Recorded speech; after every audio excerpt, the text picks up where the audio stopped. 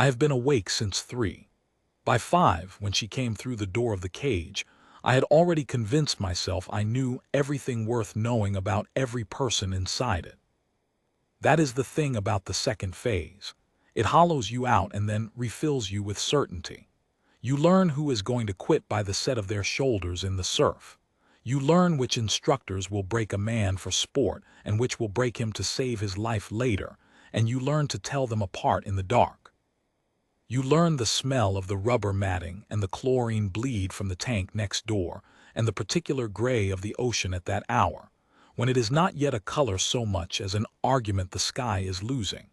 You learn to read a room in a half-second, because in our world the half-second is the whole world, and after enough weeks, you start to believe the reading is the truth. So when the door opened and the cold air came in off the asphalt and she stepped through it, I read her in that half-second, and I got her completely wrong. She was not large. That was the first thing, the thing the loud part of the room would seize on. She stood maybe 5'7" in worn cross-trainers, lean the way a long-distance runner is lean, with forearms that had clearly done work but nothing that announced itself. Dark hair pulled back hard and plain. A faded gray shirt, no logo, no unit, no flag, nothing. Sweatpants. A small canvas bag over one shoulder. She moved without hurry and without apology, which I noted and then dismissed. The way you dismiss a detail that does not fit the story you have already decided to tell. She crossed to the far rack, set her bag down against the wall, and began to chalk her hands.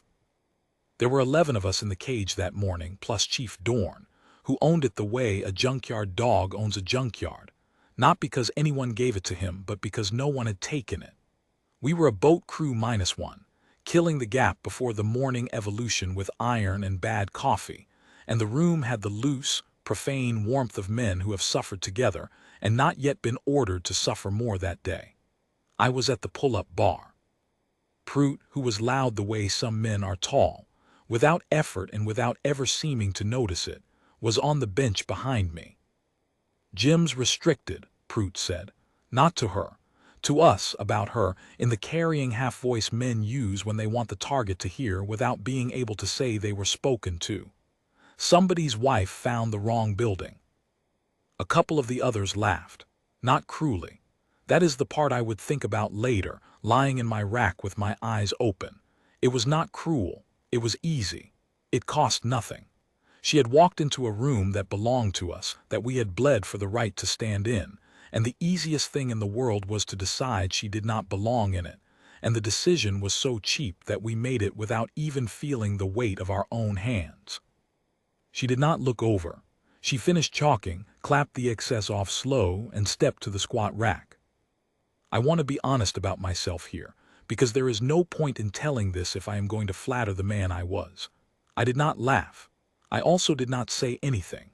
I stood at the bar and I watched her load the bar at the rack, and the loudest thought in my head was not who is she and not she has no business here.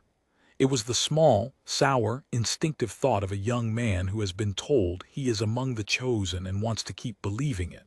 Not for her. This place, this pain, this thing we were making ourselves into, not for her. I did not say it, but I thought it, and a thought you keep quiet is still a thing you have done.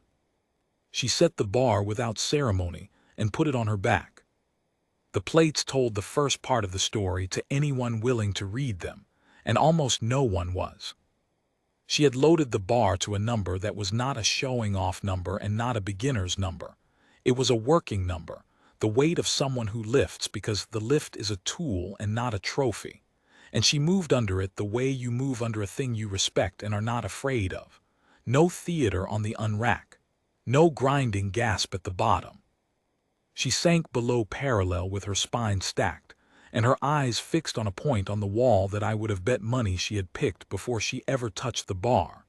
And she came up out of the hole at an even speed, neither slow nor explosive, just governed, like a machine that has been told exactly how much of itself to spend and spends precisely that much and not 1 watt more. I had seen 1,000 men squat. I had squatted 10,000 times myself. I knew, the way you know the weight of your own rifle, that what I was looking at was not a person who had wandered into the wrong building. But the room had already decided, and I was the room. Prout racked his bench and sat up and made a show of toweling his face, which was his way of getting the floor. "Hey," he called over friendly, which was worse than unfriendly. "This is a closed evolution. Cadre only and selection only. You probably want the base fitness center. It's past the chow hall. Take a left." She racked the bar, re-chalked, did not turn around. "I'm good here," she said. That was all. 2 words low even, with nothing under them, no challenge, no flirtation, no fear, none of the things a man's contempt is built to feed on. She might have been telling him the time. And because there was nothing under the words for the contempt to grip, the contempt did what contempt always does when it finds no handhold. It got louder to make up for it.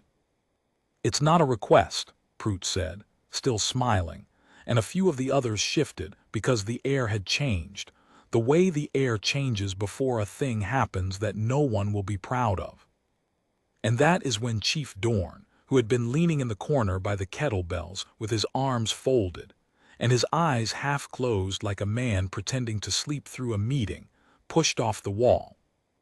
I knew it was over the moment he moved, because Dorn never moved unless he had decided to enjoy himself. He was not a bad man. I want to be fair to him, even now, even after. He was a man who had been handed a small kingdom and a license to be cruel inside it for the stated purpose of saving our lives, and a man can lose the thread of why he is allowed to be cruel until cruelty is just the muscle he reaches for first. He crossed the floor slow, the way he did everything, and stopped a respectful 8 feet from her, and looked her up and down with the flat appraising patience of a man pricing a thing he intends to break. "Ma'am," he said, and the word in his mouth was an insult wearing a coat. "I'm the cadre on this floor. You've been asked twice." He let that sit. "You want to use this gym. There's a standard to get in the door of it. We don't do tourists." He nodded at the open mat space along the near wall, the section we used for combatives, the section that still had the faint copper smell that mats get when enough men have bled into them over enough years. "Tell you what. You step on the mat with me for 1 round and you stay upright for 30 seconds. You can lift in here every day of your life and I'll carry your bag. You can't," he spread his hands, generous, "and one of these gentlemen walks you to the door, and we forget this happened." The room made a sound, not a laugh, lower than a laugh, the low collective exhale of men who think they are about to watch a foregone thing. She turned around then, the first time I had seen her face straight on. She was older than I had assumed from the back. There were fine lines at the corners of her eyes, the kind the sun and the wind put there over years spent in places with too much of both. Her expression was not angry. It was not amused. It was the most patient face I had ever seen on a human being, the patience of someone who has waited out things that would have killed the rest of us, and who has long since stopped spending any of that patience on a room like this one. She looked at Dorn for a moment, then she looked briefly at the mat, then back at him. "You don't want to do that," she said. Not a threat, a courtesy. I understood that even then, even wrong as I was about everything else, she was not warning him for her sake. She was warning him for his. Dorn smiled wide and stepped onto the mat and started pulling off his watch. She finished her set first. That was the detail that should have warned all of us and warned none of us. Dorn had thrown down the challenge, and the natural thing, the thing every one of us would have done at her age and rank and supposed station, called out in front of a room, would have been to drop the bar and answer it hot, to let the adrenaline make the decision. She did not. She had 2 reps left in her working set, and she did those 2 reps, governed and even racked the bar. And only then unlaced her cross trainers, and set them neatly side by side against the wall like a person who intends to come back for them. I had been around long enough to know what that meant, somewhere below the part of me that was still loyal to the room's story. It meant she did not believe anything was about to happen that her heart rate needed to be ready for. She stepped onto the mat in her socks, rolled her neck once each way, And it was then, as she tipped her head to the left, that I saw the mark for the first time, small, dark, low on the right side of her neck where it met the shoulder, half hidden by the collar of the gray shirt. I could not read it from across the room. I took it for a tattoo, the kind half the guys in any team room wear, and I thought nothing of it. I would think about almost nothing else for the rest of my life. Dorn squared up across from her with his hands loose and his weight forward, grinning, playing to the room, and the room gave him what he wanted, and I stood at the pull-up bar with my chalked hands at my sides and watched a thing begin that I had completely, catastrophically misjudged the shape of. 30 seconds, Dorn said, for the room more than for her. Easy money. He came in the way men like Dorn come in, not stupid. He was not a stupid fighter, but confident in the specific way that confidence has of being the thing that beats you. He shot a low double, fast and real, a takedown that had put 200 candidates on their backs in this room, and there was nothing wrong with it. It was good. It would have worked on me. It did not get within a foot of her. I have tried many times since to describe what she did, and I have never gotten it right, because the whole point of it was that there was almost nothing to describe. She did not sprawl hard and grunting the way we were taught. She did not scramble. She gave a small quarter turn off the line of his drive, redirected his shoulder with a flat palm the way you would close a door you were walking past, and let his own speed carry him through the empty air where she had been a half-second before. He caught himself, which took skill, and turned, and she was already standing exactly as she had stood before, weight even, hands low, that same patient face. The room had gone quiet, not silent yet, quiet. He came again, harder, angrier, mixing it now, a feint high, a real shot low, and again she was not where the force was. She did not block him so much as decline to be available to him. Every time his weight committed, the place it committed to was empty, and the cost of that emptiness landed back on his own joints, his own balance, his own gassed lungs, until he was breathing hard 90 seconds into a 30-second bet, and she had not thrown a single strike. That was the thing I could not look away from. She was not beating him. She was correcting him. There is a difference, and I had never seen it before that morning, and I have rarely seen it since. A man who wants to win hurts you.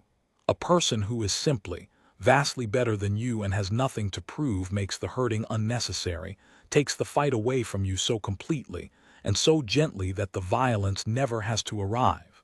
She controlled the entire exchange and did not mark him. She could have put him down a dozen times.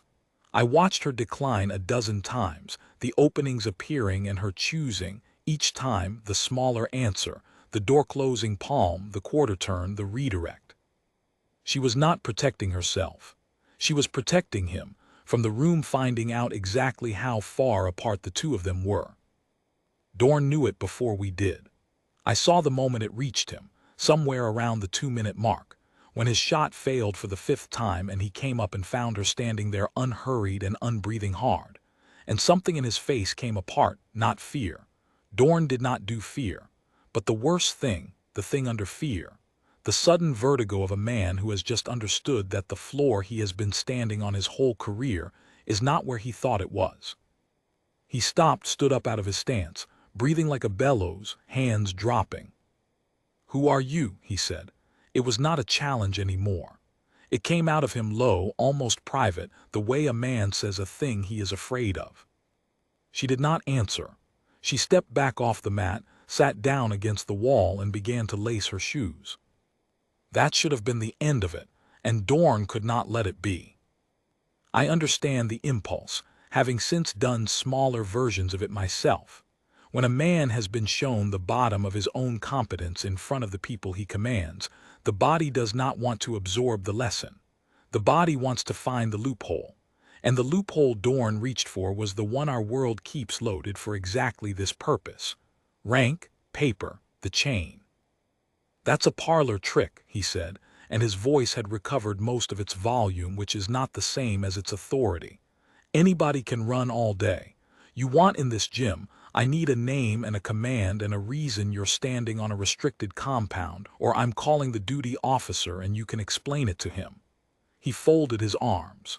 "So, name." She finished her laces, stood, and for the first time something moved behind that patient face.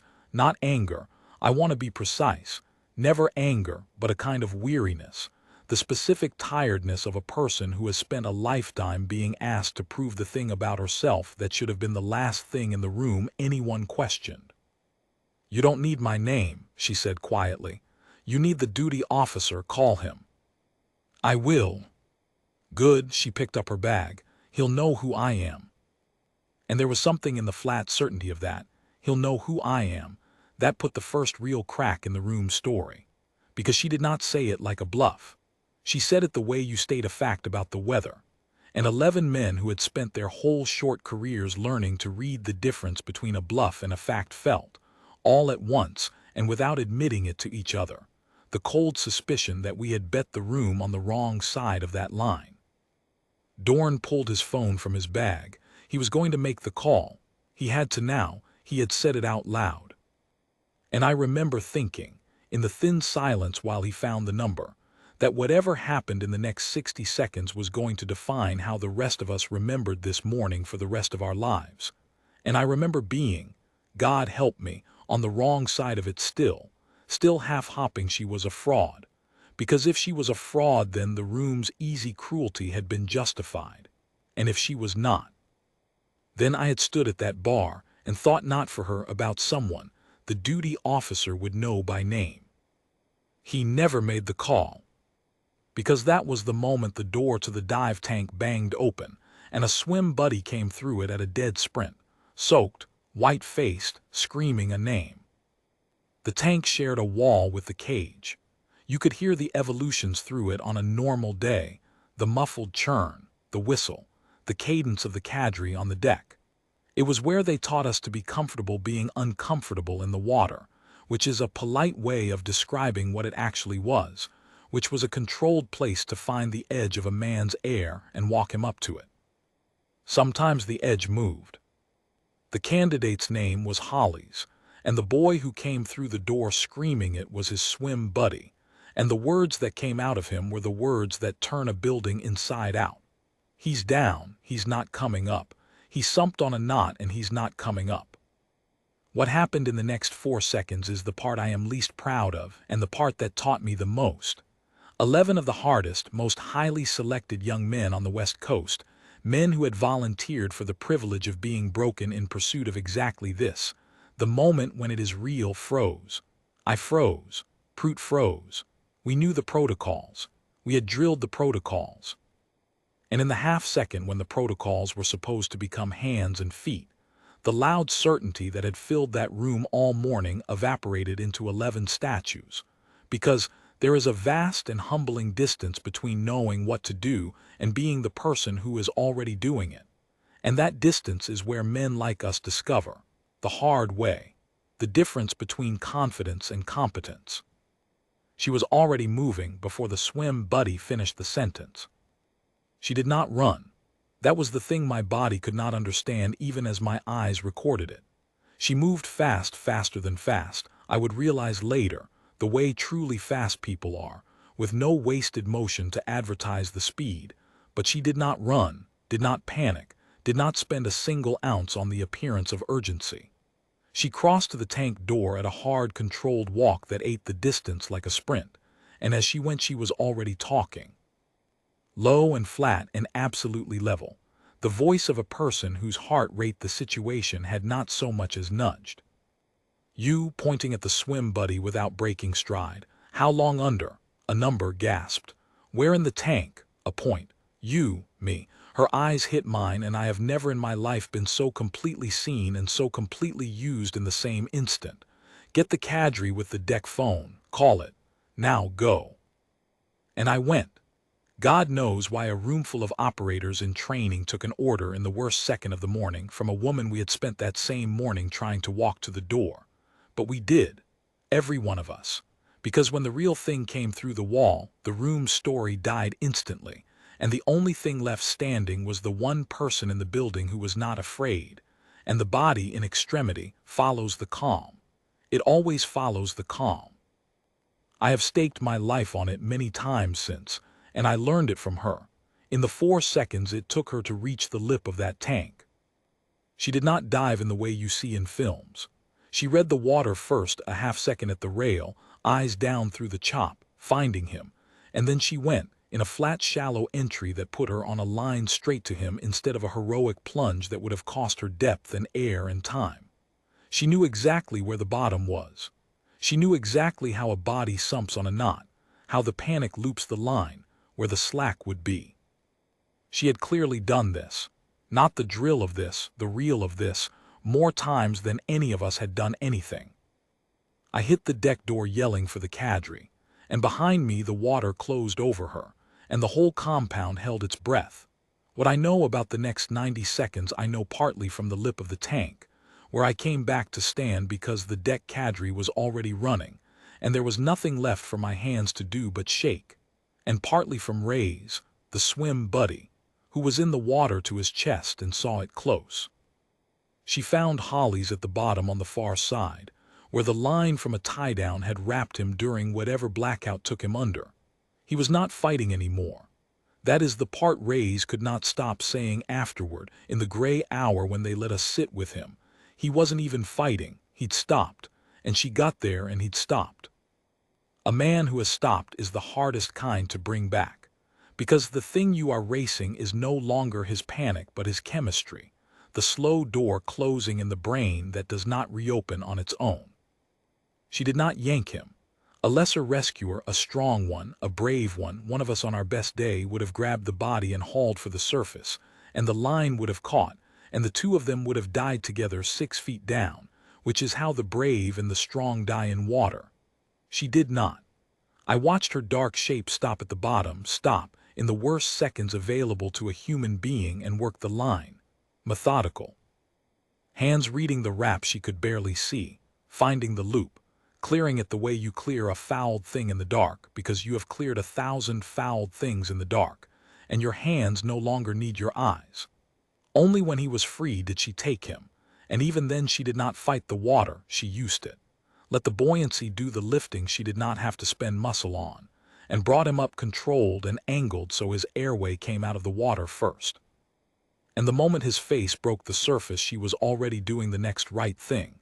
And the next, with no gap between them, no pause to be horrified, no flinch, checking, clearing, getting him to the wall, and over it into the hands of the deck cadre who had finally arrived, and onto the concrete, where she went to her knees beside him and ran the resuscitation with the same economy I had watched her run everything that morning. Governed, even. Spending exactly what the situation required, and nothing on the performance of it. He coughed. The whole world coughed with him. Holly's came back water, and then air, and then the terrible animal gasp of a man returning across the threshold he had nearly gone through, and she stayed on her knees beside him with one hand flat on his sternum, counting his breathing, talking to him low, until the corpseman took over and the gurney came and the door swallowed all of it, and the deck went suddenly, ringingly quiet. The way a place goes quiet when something that was going to be unbearable has, against all odds, been born. She stood, soaked, breathing finally slightly, humanly a little hard, and she looked for one moment completely ordinary. A wet woman in a gray shirt who had just done the most extraordinary thing I had ever witnessed and was already letting it go, already setting it down, the way she had set down the squat and the mat and the room's contempt, because none of it was the thing. None of it had ever been the thing. Nobody spoke. 11 of us plus a deck full of cadre, and not one of us had a word, because every word we owned belonged to the men we had been an hour ago, and those men were gone. That is when the side hatch opened, and the Master Chief walked in. Every compound has one man whose name the loud men lower their voices to say. Ours was Master Chief Eddings, and I had been on that compound 4 months and spoken to him exactly once, and the once was him correcting my grip on a fast rope, and the correction landing on me like a verdict from a mountain. He was not large either. I had started by that morning to understand that the largeness was never the thing, but he carried the compound's whole history in the set of his face, and when he came through a door, Rooms organized themselves around him without being asked. He came in fast because word travels fast, and he came in with the flat readiness of a man expecting a casualty and a board of inquiry. He took in the wet deck, the abandoned gurney tracks, the corpsemen's debris. He took in the cadre standing too straight. And then he took in her, soaked, standing quiet at the edge of it all, and he started to move toward her the way he moved toward everything, to take command of it. And then he saw the mark on her neck. She had pushed her wet hair back. The collar of the gray shirt had pulled down with the water, and the small dark emblem at the base of her neck stood out plain now against her skin. And Master Chief Eddings, a man I had watched not flinch at things that put other men in the chaplain's office, stopped walking the way a man stops when he steps off a curb he did not know was there. I watched the most feared human being on that compound go absolutely still. He looked at the mark. Then he looked at her face, really looked, the way you look at a face you have only ever seen in a photograph on a wall, and his own face did something I did not have a category for. It was not shock, exactly, it was recognition arriving with its full weight. The look of a man who has just understood that a story he was told as a young man, a story he had filed under legend because the alternative was unbearable, had walked into his building and pulled a candidate off the bottom of his tank and said almost nothing about it. "Stand by," he said, not to her, to the room. 2 words and the deck froze harder than it was already frozen. Then Master Chief Eddings, 26 years, every pin, the man whose corrections fell on us like weather, came to attention in front of the wet woman in the gray shirt, and he held it 2:59 p.m. The room did not understand yet. I did not understand yet. We only understood that something had inverted, that the gravity of the compound had quietly relocated to a point 8 feet to my left, and that the man we organized ourselves around was himself now organized around her. "Master Chief," she said, quiet, almost gentle. There was history in the 2 words. She knew him or knew of him the way the very few at the top of a thing know the names below them. "You can stand easy. I'm not here for any of this." A small gesture that took in the deck, the tank, the morning. "I came to lift. I'm leaving in an hour." "Ma'am," his voice had gone rough. He did not stand easy. That mark. It was not a question, but she answered it anyway, because the room needed it answered, and she had clearly decided. I saw the decision cross her face, the same patient calculation she'd run on the mat, that the kindest thing now was to give the room the truth cleanly rather than let it build the wrong story in the silence. "It's an element badge," she said. She said it plainly to all of us in the flat register of someone reporting a fact she took no pleasure in. "Joint, cross-service. It doesn't get worn much because most of the people who earned it didn't come back to wear it." She let that sit one beat. "We went back for the ones who got written off. That was the whole job. Go to the place everybody had already decided was a loss, and come back with whatever could still be brought back." And then she said the name of the place.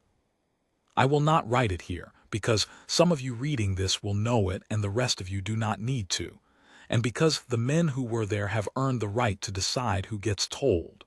But I will tell you that every man on that deck knew it. It was in our coursework. It was on a wall in the building 200 meters from where we stood. It was the thing the instructors invoked when they wanted us to understand what the absolute ceiling of our profession looked like.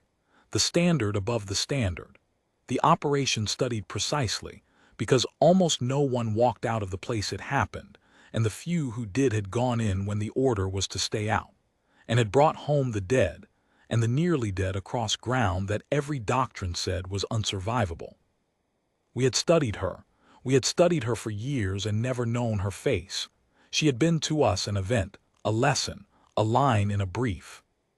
And she had walked into our gym in worn cross-trainers and let us call her a tourist, and stood on the mat with a man who bet she couldn't last 30 seconds, and declined to embarrass him, and then gone to the bottom of our tank for a candidate she had never met while we stood frozen on the deck, and at no point, had she reached for who she was to make us smaller. She had never needed to. The room had been wrong, and she had simply let the room be wrong, the way a mountain lets you misjudge its size until you try to climb it. Her call sign, Eddings said it then, low almost to himself, the way you say a word from your youth, was hallow. I learned later it was on the wall too, in the after-action, in the part most candidates skim, the element that went back, the one who got them out.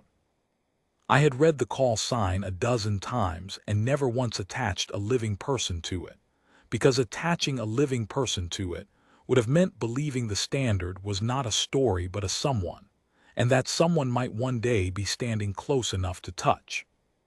Dorn had not moved since the tank door opened.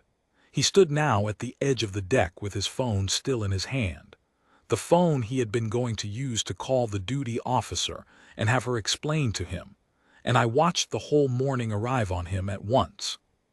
He was not a coward. I will say that for him to the end. A coward would have slipped out the side hatch while the room was looking at her. Dorn did the harder thing. He put the phone in his pocket, and he walked across the wet deck into the center of the silence, and he stopped in front of her, and he stood there a moment with his jaw working, a man hunting for words large enough to carry what he owed and finding that no words were. "I put you on the mat," he said finally. His voice was not steady. "I told a room you didn't belong in the door. I was going to call the duty officer on you." He stopped, made himself finish it. "I was wrong in every way a man can be wrong, and I did it loud, and these men watched me do it. There's no version of sorry that's the right size for that, but I'm saying it anyway. I'm sorry." It would have been so easy for her to make him pay. That is the thing I understood. Standing there, she held in that moment every card. One sentence and she could have ended his career, his standing, his sense of himself, and the entire deck would have nodded that he had it coming. The room was braced for it. Some part of the room, the part that loves to watch the mighty fall, even wanted it. She did not give it to them. She looked at Dorn for a long moment, and the patient face softened into something I had not seen on it yet. Not warmth exactly, something older and harder-earned than warmth. The particular grace of a person who has stood at the bottom of real things and come back with the dead, and therefore cannot be bothered to spend herself on the small revenges the rest of us prize. "You came in hot at someone you decided was beneath you," she said. "That's not a crime. It's a habit. Half the men I've served besides started exactly there." She paused. "What you do now is the only part that was ever going to matter. You can spend the rest of your time here teaching these men that the door is open to anyone who can do the work, or you can spend it making sure no one ever shows you up again. One of those makes you the cadre they'll remember. The other makes you me when I was your age and dumb and certain." The smallest thing moved at the corner of her mouth. "I'd take the first one. It costs less in the long run." She put out her hand. Dorn took it, and I watched a man who had spent the morning trying to break someone get rebuilt instead, in front of the room he'd performed his cruelty for, by the very person he'd aimed it at. And it was the most powerful thing I had ever seen one human being do to another, more powerful than anything she'd done on the mat or in the tank, because it cost her something to give and gave him back something he could not have bought. Then Master Chief Eddings, still at attention, brought his hand up in a salute, slow and deliberate and absolute, and the cadre on the deck followed him. And then, without an order, without a word, 11 candidates who had stood at that pull-up bar an hour before and decided she did not belong came to attention on the wet concrete and saluted her too. She let it land. She did not wave it off, which would have been false, and she did not soak in it, which would have been beneath her. She received it the way she had received everything that morning, squarely, plainly, spending exactly what the moment required. And then she returned it, one motion, to all of us at once, the whole deck, the cadre and the candidates and the man who'd mocked her, as if to say that the salute belonged to the work and not to her, that it had only ever been on loan to her from everyone who didn't come back to be saluted themselves. She picked up her bag, walked to the wall of the cage, sat and laced her cross-strainers and finished, I am not making this up, her workout. 2 more sets, governed and even, while a deck full of operators stood quiet enough to hear the chalk. Then she shouldered the bag, and at the door she stopped and looked back at the 11 of us once. "It's a good gym," she said. "Take care of who you let feel small in it." And she went out into the gray morning, and the door closed and she was gone. I made it through. I wear the thing now that we were all trying to earn that year, and I have stood on ground that the doctrine said was unsurvivable, and I have gone back, more than once, for men everyone else had already written down as a loss. I want you to know that the second part is not a coincidence. I went back for those men because a woman in worn cross-trainers taught me, in one morning, what the ceiling of this profession actually looks like, and it does not look like the loudest man in the room. It looks like the quietest person in the room, declining to tell you who she is. I never learned her real name. I never tried very hard to. I think she would have preferred it that way. She had set her name down at the door along with everything else, because the name was never the thing, and she knew it, and the not knowing is part of what she left me. But I think about the mark on her neck more than I think about almost anything else from those years. The small dark emblem of the ones who went back for the dead. She wore it where the collar half hid it, on a gray shirt with no flag and no unit and no logo, into a room full of men who had decided, for free, in half a second, that she did not belong, and she let us be wrong, and she lifted. And when the real thing came through the wall, she was already moving while the rest of us stood frozen in our certainty. Respect, I learned that morning, is not the thing you demand in the rooms where everyone is watching. It is the thing you earn in the quiet rooms where no one is, at the bottom of a tank, on a piece of ground that should have killed you, in the half-second when the loud men freeze and someone has to already be moving. She was already moving. She was always already moving. And the rest of us spent the morning learning the difference, and the rest of our lives trying to be worth the salute we gave her at the door.